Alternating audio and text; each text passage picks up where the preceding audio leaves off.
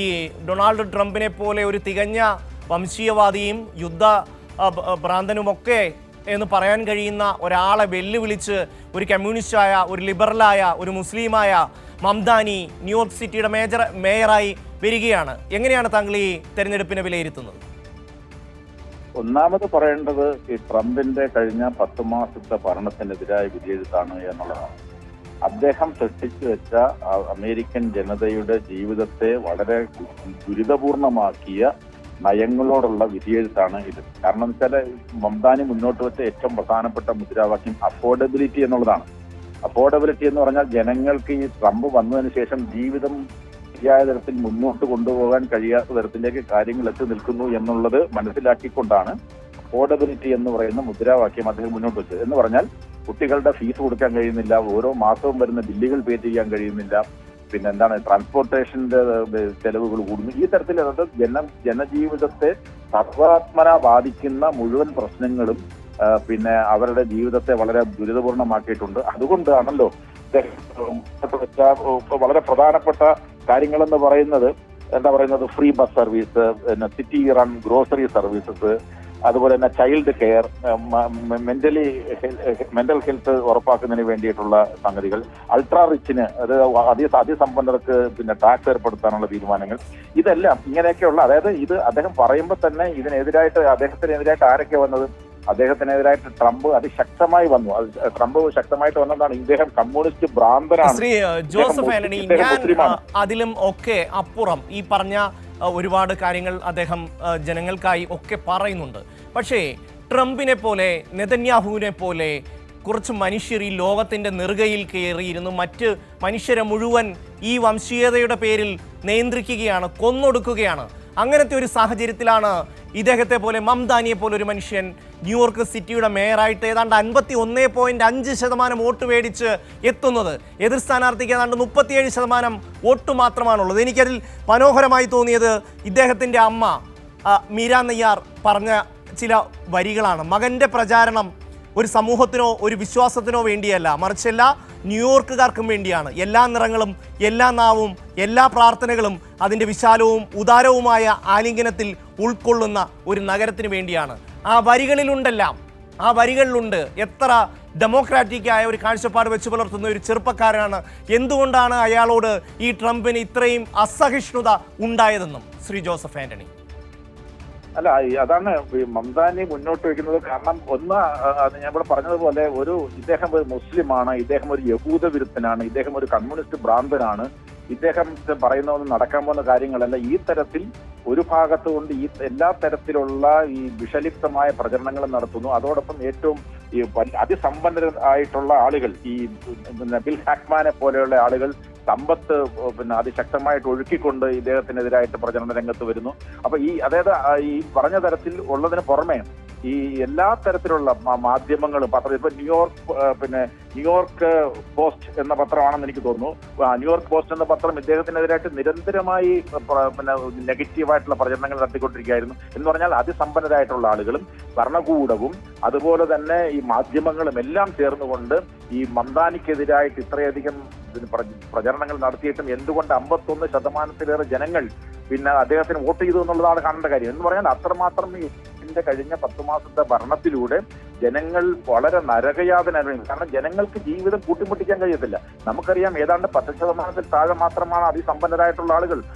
90% ആളുകൾ ജീവിതം ഓരോ ദിവസവും ജോലി ചെയ്ത് മാത്രമേ മുന്നോട്ട് പോകാൻ കഴിയത്തുള്ളൂ.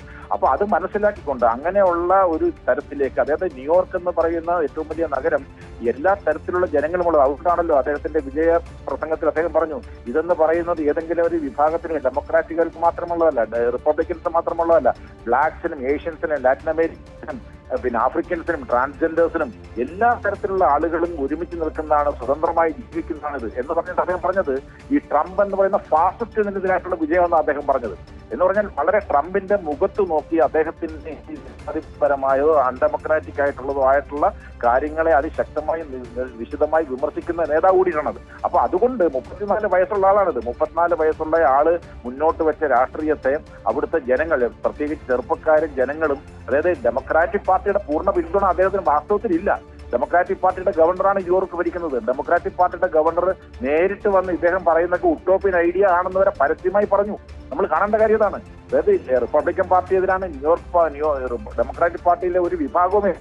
അപ്പൊ അങ്ങനെ നിൽക്കുമ്പോഴാണ് ന്യൂയോർക്ക് പാർട്ടിയിലെ ഡെമോക്രാറ്റിക് സോഷ്യലിസ്റ്റ് എന്ന് പറഞ്ഞ് രംഗത്ത് വന്നുകൊണ്ട് ഇദ്ദേഹം വളരെ പ്രോഗ്രസീവ് ആയിട്ടുള്ള ഡെമോക്രാറ്റിക് ആയിട്ടുള്ള കാര്യങ്ങൾ മുന്നോട്ട് വെച്ചുകൊണ്ടാണ് ജനങ്ങളുടെ ജീവിതത്തെ മെച്ചപ്പെടുത്താൻ വേണ്ടിയിട്ട് ഒരു അജണ്ട മുന്നോട്ട് വയ്ക്കുകയും അത് വമ്പിച്ച പിന്തുണ ഇവിടെ അദ്ദേഹം ജയിക്കുകയും ചെയ്തിരിക്കുന്നു.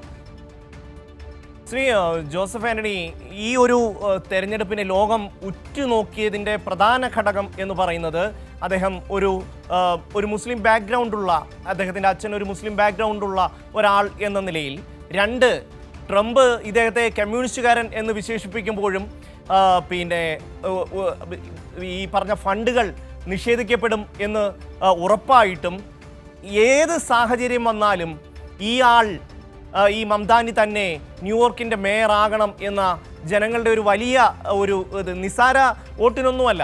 അവിടുത്തെ റിപ്പബ്ലിക്കൻ സ്ഥാനാർത്ഥിയെ പിന്തുണയ്ക്കാതെ ഒരു സ്വതന്ത്ര സ്ഥാനാർത്ഥിയാണ് ട്രംപ് അതുപോലെ തന്നെ അവരുമായി ബന്ധപ്പെട്ട ആൾക്കാരും പിന്തുണച്ചത്.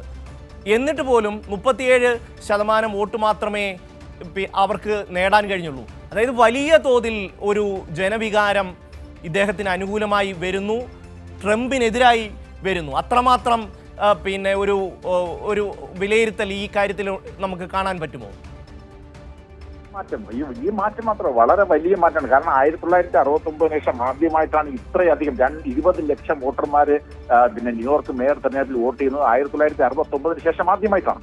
എന്ന് മാത്രമല്ല, ഈ ട്രംപ് എന്ന് പറയുന്ന നേതാവ് അല്ലെങ്കിൽ അതിസമ്പന്നരായിട്ടുള്ള ആളുകൾ, ഈ പ്രധാനപ്പെട്ട മാധ്യമങ്ങൾ, ഡെമോക്രാറ്റിക് പാർട്ടിയിലെ തന്നെ ഒരു വിഭാഗം ആളുകൾ, ഇവരെല്ലാരും ചേർന്ന് ഇദ്ദേഹത്തിനെതിരായിട്ട് വന്നെങ്കിലും ഒന്നെന്ന് പറയും തെരഞ്ഞെടുപ്പ് ജനങ്ങൾ അധികമായി പങ്കെടുത്തു എന്ന് മാത്രമല്ല, ന്യൂജേഴ്സിയിലും വിർജീനിയയിലും ഡെമോക്രാറ്റിക് പാർട്ടിയുടെ വിജയവും, അതായത് അടുത്ത വർഷം നടക്കാൻ പോകുന്ന തെരഞ്ഞെടുപ്പിൽ നമുക്കറിയാം, നമ്മൾ സാധാരണ പറയും രണ്ടാമത് വീണ്ടും തെരഞ്ഞെടുക്കപ്പെടുന്ന പ്രസിഡന്റ് ആദ്യത്തെ 2 വർഷം കഴിഞ്ഞാൽ അദ്ദേഹത്തിന്റെ രണ്ടാമത്തെ, അതായത് 2 വർഷം കഴിഞ്ഞ് നടക്കുന്ന തെരഞ്ഞെടുപ്പിൽ ഡെമോക്രാറ്റിക് പാർട്ടിക്ക് ഭൂരിപക്ഷം കിട്ടിയാൽ പാർലമെന്റിൽ ഹൗസ് ഓഫ് റെപ്രസെന്റേറ്റീവ്സിന് സെനറ്റിൽ ഭൂരിപക്ഷം കിട്ടിയാൽ അടുത്ത 2 വർഷം ഈ ലെയിം ഡക്ക് പ്രസിഡന്റ് ആയിട്ട് മാറും എന്ന് പറയും. അതായത് പിന്നെ കാര്യങ്ങളൊന്നും ഫലപ്രദമായിട്ട് ചെയ്യാൻ കഴിയാത്ത തരത്തിലേക്ക് വരും.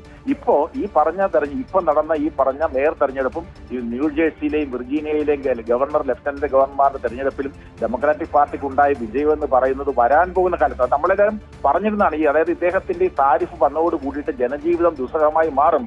അങ്ങനെ ദുസ്സഹമായി മാറുമ്പോൾ ഈ ട്രംപിനെ അനുകൂലിച്ച ആളുകൾ തന്നെ ട്രംപിനെതിരായിട്ട് മാറും.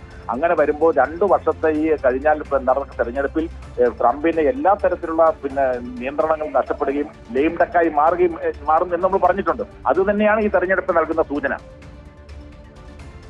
തീർച്ചയായും ജോസഫ് ആന്റണി, ന്യൂയോർക്ക് നഗരത്തിന്റെ മേയറായി മംദാനി വന്നിരിക്കുന്നു.